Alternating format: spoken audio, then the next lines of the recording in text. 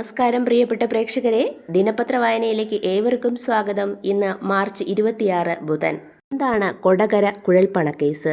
2021 നിയമസഭാ തെരഞ്ഞെടുപ്പിന് 3 ദിവസം മുൻപ് ഏപ്രിൽ 3 പുലർച്ചെ ദേശീയപാതയിലൂടെ പോയ കാർ ആക്രമിച്ച് ക്രിമിനൽ സംഘം 3.5 കോടി രൂപ കവർന്നതാണ് കേസ്. പോലീസിന് പരാതി ലഭിക്കുന്നത് ഏപ്രിൽ 7 കേരള പോലീസിന്റെ നിഗമനങ്ങളും കുറ്റപത്രവും തള്ളി കൊടകര കുഴൽപ്പണ കവർച്ച കേസിൽ കേന്ദ്ര ഏജൻസിയായ എൻഫോഴ്സ്മെന്റ് ഡയറക്ടറേറ്റ് കുറ്റപത്രം നൽകി. നിയമസഭാ തെരഞ്ഞെടുപ്പിന് BJPക്കായി കൊണ്ടുവന്ന പണം എന്ന പോലീസിന്റെ കണ്ടെത്തൽ തള്ളി. രാഷ്ട്രീയ ബന്ധങ്ങളിലേക്ക് കടക്കാതെ BJPയുടെ പേരില്ലാതെയുമാണ് ED കുറ്റപത്രം. കുറ്റപത്രത്തിനൊപ്പം 23 പ്രതികളുടെ പട്ടികയും കലൂരിലെ പ്രത്യേക കോടതിയിൽ ED സമർപ്പിച്ചു.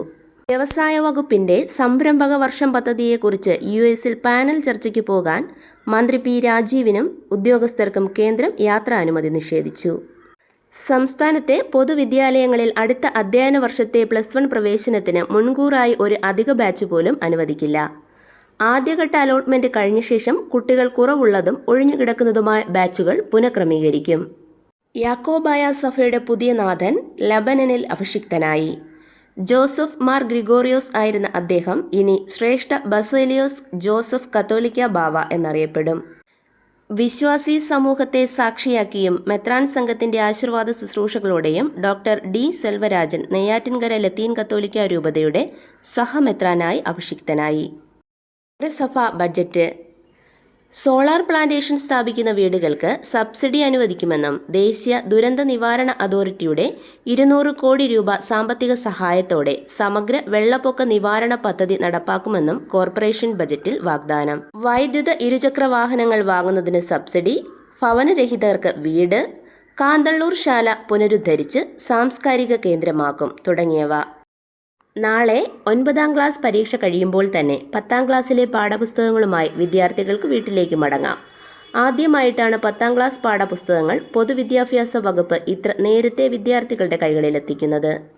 അടുത്ത അധ്യയന വർഷം 10ാം ക്ലാസ്സിൽ പരിഷ്കരിച്ച പാഠപുസ്തകങ്ങളാണ്. ഇവയുടെ പ്രകാശനവും വിതരണോദ്ഘാടനവും മുഖ്യമന്ത്രി പിണറായി വിജയൻ നിർവഹിച്ചു. നിലവിലെ റേഷൻ കടകൾ അടച്ചുപൂട്ടില്ലെന്ന് വ്യാപാരി സംഘടനാ പ്രതിനിധികളുമായി ചർച്ചയിൽ മന്ത്രി GR അനിൽ ഉറപ്പു നൽകി. വരുമാനം കുറഞ്ഞ 4000-ഓളം കടകൾ പൂട്ടി. മറ്റുള്ളവയിൽ കൂടുതൽ വരുമാനം ലഭിക്കുന്ന ക്രമീകരണം ഉദ്യോഗസ്ഥ സമിതി ശുപാർശ ചെയ്ത പശ്ചാത്തലത്തിലായിരുന്നു ചർച്ച. സർക്കാരിന്റെ വാർഷിക പരിപാടികൾ ഏപ്രിൽ 21 മുതൽ മെയ് 30 വരെ. സർക്കാരിന്റെ 4ാം വാർഷികാഘോഷത്തിന്റെ ഭാഗമായുള്ള പ്രദർശനത്തിൽ വിവിധ വകുപ്പുകളുടെ സേവനവുമായി ബന്ധപ്പെട്ട് 50 സ്റ്റോളുകൾ ഓരോ ജില്ലയിലും ആസൂത്രണം ചെയ്യും. ആശാ വർക്കർമാർ നടത്തുന്ന സമരത്തിന് പിന്തുണ പ്രഖ്യാപിച്ച് കേരള സംസ്ഥാന ജനകീയ പ്രതിരോധ സമിതി സംഘടിപ്പിക്കുന്ന ജനസഭ ഇന്ന് സമരവേദിയിൽ. തട്ടിപ്പ് നടന്ന തൃശൂർ കരവന്നൂർ സഹകരണ ബാങ്ക് 143.50 കോടി രൂപ നിക്ഷേപകർക്ക് തിരികെ നൽകിയെന്ന് മന്ത്രി VN വാസവൻ നിയമസഭയിൽ അറിയിച്ചു. ഒഴിവുകൾ PSCയിൽ റിപ്പോർട്ട് ചെയ്യാത്ത സാഹചര്യമില്ലെന്ന് മുഖ്യമന്ത്രി പിണറായി വിജയൻ. എല്ലാ റാങ്ക് പട്ടികകളിൽ നിന്നും പരമാവധി നിയമനം ഉറപ്പാക്കിയിട്ടുണ്ട്. 15ാം നിയമസഭയുടെ 13ാം സഭാ സമ്മേളനം അവസാനിച്ചു. 3 ഘട്ടമായി നിയമസഭ ചേർന്നത് 22 ദിവസം. മുണ്ടക്കൈ ചൂരൽമല പുനരധിവാസം ടൗൺഷിപ്പിന് നാളെ തറക്കല്ലിടും. ഭൂമി ഏറ്റെടുക്കൽ നടപടികൾ പൂർത്തിയാക്കി.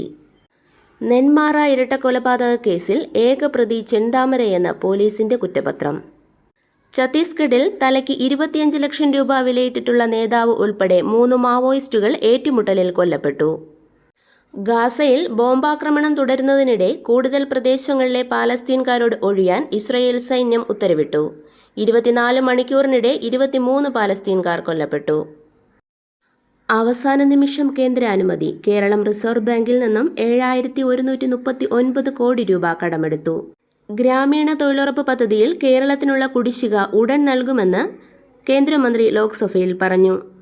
ദേശീയ വിദ്യാഭ്യാസ നയത്തിലെ ത്രിഭാഷാ നയം സംബന്ധിച്ച തർക്കങ്ങൾ തുടരുന്നതിനിടെ രാജ്യത്തെ 61.6% സ്കൂളുകളിലും 3 ഭാഷകൾ പഠിപ്പിക്കുന്നുണ്ടെന്ന് കേന്ദ്ര വിദ്യാഭ്യാസ മന്ത്രാലയം വ്യക്തമാക്കി. രാജ്യത്തെ 74.7% വിദ്യാർത്ഥികളും 3 ഭാഷകൾ സ്കൂൾ തലത്തിൽ പഠിക്കുന്നുണ്ടെന്നാണ് കണക്കുകൾ. കേരളത്തിലെ 71.7% സ്കൂളുകളിലും 3 ഭാഷകൾ പഠിപ്പിക്കുന്നുണ്ട്. സംസ്ഥാനത്ത് സ്വകാര്യ സർവകലാശാലകൾക്ക് വഴിയൊരുക്കുന്ന ബിൽ നിയമസഭ പാസാക്കി. നിർമ്മാണ ക്ഷേമനിധി ബോർഡിന്റെ വരുമാനം 1/7 ആനുകൂല്യ വിതരണം നിലച്ചു. കെടുകാര്യസ്ഥത കാരണം കെട്ടിട നിർമ്മാണ തൊഴിലാളി ക്ഷേമനിധി ബോർഡിന്റെ ആനുകൂല്യ വിതരണം അവതാളത്തിലാണെന്നും 2019 910 കോടി വരുമാനമുണ്ടായിരുന്നത് 2023 135 കോടിയായി കുറഞ്ഞെന്നും കൺട്രോളർ ആൻഡ് ഓഡിറ്റർ ജനറലിന്റെ ഓഡിറ്റ് റിപ്പോർട്ട്.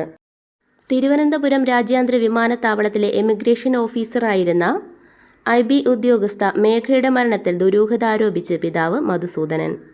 കായിക മേഖലയുടെ സമഗ്ര വികസനം ഉറപ്പാക്കുമെന്ന പ്രഖ്യാപനത്തോടെ സർക്കാർ അവതരിപ്പിച്ച കായിക ഭേദഗതി ബിൽ നിയമസഭ പാസാക്കി. ശമ്പള വിതരണം കൃത്യമായി നടക്കാത്തതുമൂലം 108 ആംബുലൻസിലെ ജീവനക്കാർ അനിശ്ചിതകാല പണിമുടക്ക് ആരംഭിക്കുന്നു. ഫെബ്രുവരിയിലെ ശമ്പളം ഇതുവരെയും നൽകിയിട്ടില്ല. ഓപ്പറേഷൻ ഡി ഹണ്ടിന്റെ ഭാഗമായി 167 പേരെ പോലീസ് അറസ്റ്റ് ചെയ്തു. 3 കിലോഗ്രാം കഞ്ചാവ് അടക്കം നിരോധിത ലഹരി മരുന്നുകൾ പിടിച്ചു. കഴിഞ്ഞ ദിവസം സംസ്ഥാന വ്യാപകമായി നടത്തിയ സ്പെഷ്യൽ ഡ്രൈവിൽ ലഹരി വസ്തുക്കൾ വിൽക്കുന്നതായി സംശയിക്കുന്ന 2597 പേരെ പരിശോധിച്ചു. രൂപയുടെ മൂല്യം ഡോളറിനെതിരെ മെച്ചപ്പെടുന്നതിനെ തുടർന്ന് സ്വർണ്ണവിലയിൽ കുറവ്. 5 ദിവസത്തിനിടെ പവന് 1000 രൂപ കുറഞ്ഞു. കേന്ദ്ര ബാങ്കുകളുടെ വാങ്ങലും ഗോൾഡ് ETF നിക്ഷേപവും വർദ്ധിക്കുന്നതിനാൽ വില ഇനിയും ഉയരുമെന്ന് അനുമാനം. അമിതമായ വിമാന നിരക്ക് നിയന്ത്രിക്കാനായി കേന്ദ്ര സർക്കാർ ആർട്ടിഫിഷ്യൽ ഇന്റലിജൻസ് അധിഷ്ഠിത പ്ലാറ്റ്ഫോം സജ്ജമാക്കണമെന്ന് പാർലമെന്റ് സ്ഥിരം സമിതി. SSLC +2 പരീക്ഷ ഇന്ന് അവസാനിക്കും. 8ാം ക്ലാസ് പുനർപരീക്ഷ 30% മാർക്കില്ലെങ്കിലും സ്ഥാനക്കയറ്റം. അമേഠി ഉഡാൻ അക്കാഡമിയിൽ പൈലറ്റാകാൻ പരിശീലനം. ഓൺലൈൻ അപേക്ഷ മെയ് 2 വരെ. കായികം IPL ഗുജറാത്തിനെതിരെ പഞ്ചാബിന് 11 റൺസ് വിജയം. ഇതോടെ ഇന്നത്തെ ദിനപത്ര വായന സമാപിക്കുന്നു. നന്ദി, നമസ്കാരം.